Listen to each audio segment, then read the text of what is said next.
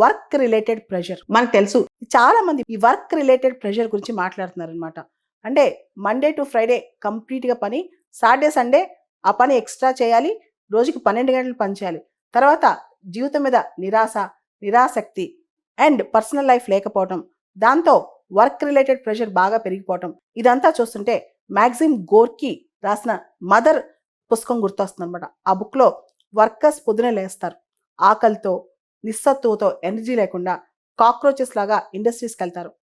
చివరికి వాళ్ళ శక్తి మొత్తం పీల్చేసి ఆ ఇండస్ట్రీ, ఆ పరిశ్రమ రాత్రికి వాళ్ళని వదిలిపెడుతుంది. ఇంటికి రాగానే వాళ్ళు భార్యతో గొడవ పడి లిక్కర్ తాగుతారు, తాగిన తర్వాత మళ్ళా వచ్చి గొడవ పడతారు, అర్ధాకలతో నిద్రపోతారు, పొద్దున్న లేసి సేమ్ అదే పని చేస్తారు. ఇలా మనిషిని పీల్చి పిప్పి చేస్తారనమాట పరిశ్రమ. ఈ ప్రైవేట్ సెక్టర్ కంపెనీస్ కానీ, టెక్ కంపెనీస్ కానీ 12 గంటల పని, 15 గంటల పని, వీటిని పొగుడుతూ మనుషుల్ని పీల్చి పిప్పి చేస్తున్నాయి. అంతేకాదు, కార్ల్ మార్క్స్ థియరీ ఆఫ్ ఎలినియేషన్ అని చెప్పి ఒక థియరీ చెప్తారు. అంటే వర్కర్స్ తమ పని నుంచి, పని యొక్క ప్రోడక్ట్ నుంచి, తమ యొక్క అస్తిత్వం నుంచి, అంటే స్పీషీస్ ఎసెన్స్, అంటే వాళ్ళ యొక్క క్రియేటివ్ ఇంటెంట్ కానీ, వాళ్ళ యొక్క ఎగ్జిస్టెన్స్ కానీ, వాళ్ళు దానిలో తీసిన మార్పు కానీ, ఇవన్నీ వాళ్ళ స్పెషాలిటీ నుంచి వాళ్ళు కంప్లీట్గా డిస్కనెక్ట్ అయిపోతున్నారు అనమాట. వర్కర్ని ఒక మిషన్ లాగా చూస్తున్నారు. మిషన్ లాగా ప్రాపర్ రెగ్యులర్ ప్రోడక్ట్ తయారు చేయించుకుని వాళ్ళని బయటికి పంపించేస్తున్నారు. వర్కర్ యొక్క స్పీషీస్ ఎసెన్స్ కూడా, వాళ్ళ ఎగ్జిస్టెన్స్ కూడా బయట తీసుకురాలేకపోతున్నారు అనమాట.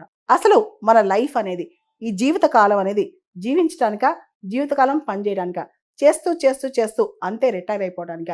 జపాన్లో ఒక మాట ఉంటుంది, కరోషి అని చెప్పి, అంటే ఓవర్ వర్క్ వల్ల వచ్చే మరణాలు అనమాట. ఇలాంటి ప్రెషర్ సిచ్యువేషన్స్ ఉంటే జనం చాలా కష్టం అనమాట.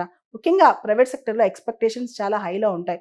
రోజుకి 15 గంటల పని, ఎవరైతే ఎక్కువ పని చేస్తారో ఆ టాక్సిక్ వర్క్ కల్చర్ ప్రమోట్ చేయడం, అంటే 15 గంటలు 20 గంటలు కంటిన్యూస్గా పని, దీన్ని ప్రమోట్ చేయడం, వర్క్ రిలేటెడ్ హాలిడేస్ ఇవ్వకపోవడం, ప్రాజెక్ట్ కంప్లీషన్ టైంలో విపరీతమైన ఒత్తిడి పెరగటం, వీటన్నిటి వల్ల వర్క్ రిలేటెడ్ స్ట్రెస్ బాగా పెరుగుతుంది.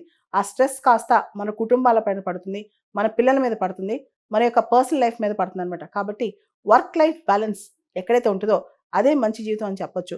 పని మాత్రమే జీవితం కాదు, జీవితం అనేది జీవించడానికి కూడా అని అర్థం.